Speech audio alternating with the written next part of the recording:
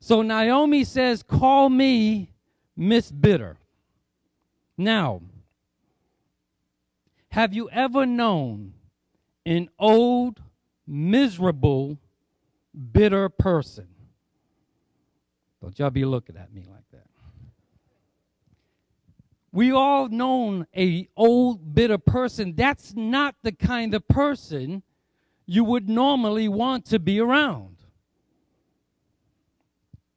And yet this is the person that Ruth says, I'm going to stay with. That tells me something about Ruth. It tells me that she was the kind of person that looked beyond the human faults of individuals and was able to see something that God was doing in her life. There are some people who come to church and all they can see is the faults of you and I.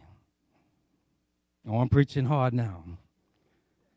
And they'll go home and they'll talk about everything that pastor shouldn't do and the things that they would disagree with him about.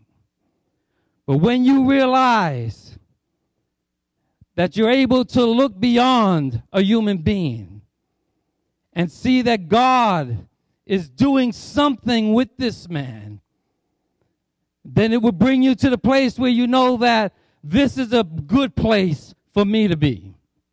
This is where the blessing is. Now it goes on, and I was struck by what she's committing herself to. She says, your God will be my God. Now, the only experience that she had about God at this time was famine and death. It's not like everything Naomi touched turned to gold. Her lessons about God was tragedy. Every testimony she was hearing was God was a problem. That tells me that Naomi was able to look beyond the natural. It tells me that she was a woman of faith, because when you walk in faith, you don't have to see success and prosperity in order to follow God. When you walk by faith, you're able to see those things which are not. You're able to call those things which are not as though they were. This is the mindset that Ruth had. She says, I'm going to hold on to Yahweh not because I see all that he's doing. I'm going to hold on to him not because I see grandchildren in the midst, because I see riches and prosperities. But I'm going to hold on to him because if he is the God that created the universe, if he's the God that called light out of darkness, then surely he can do something for me. Ruth had realized that if she was going to be blessed at all, if there was going to be anything for her in her life, that this was where the blessing was. Hallelujah. Church of God, sometimes you're going to look out there, and I can't promise you that if you serve God, you're going to have a job. I can't promise you if you serve God, you're never going to be sick. I can't promise you if you serve God, everything's going to go your way. But one thing I could promise you, that if you serve God, he'll never leave you. He'll never forsake you. He'll be with you always. When you're in your dark times, he'll promise to stay with you. But you have to know where your blessings are. Hallelujah. Hallelujah. Ruth knew where the blessing was.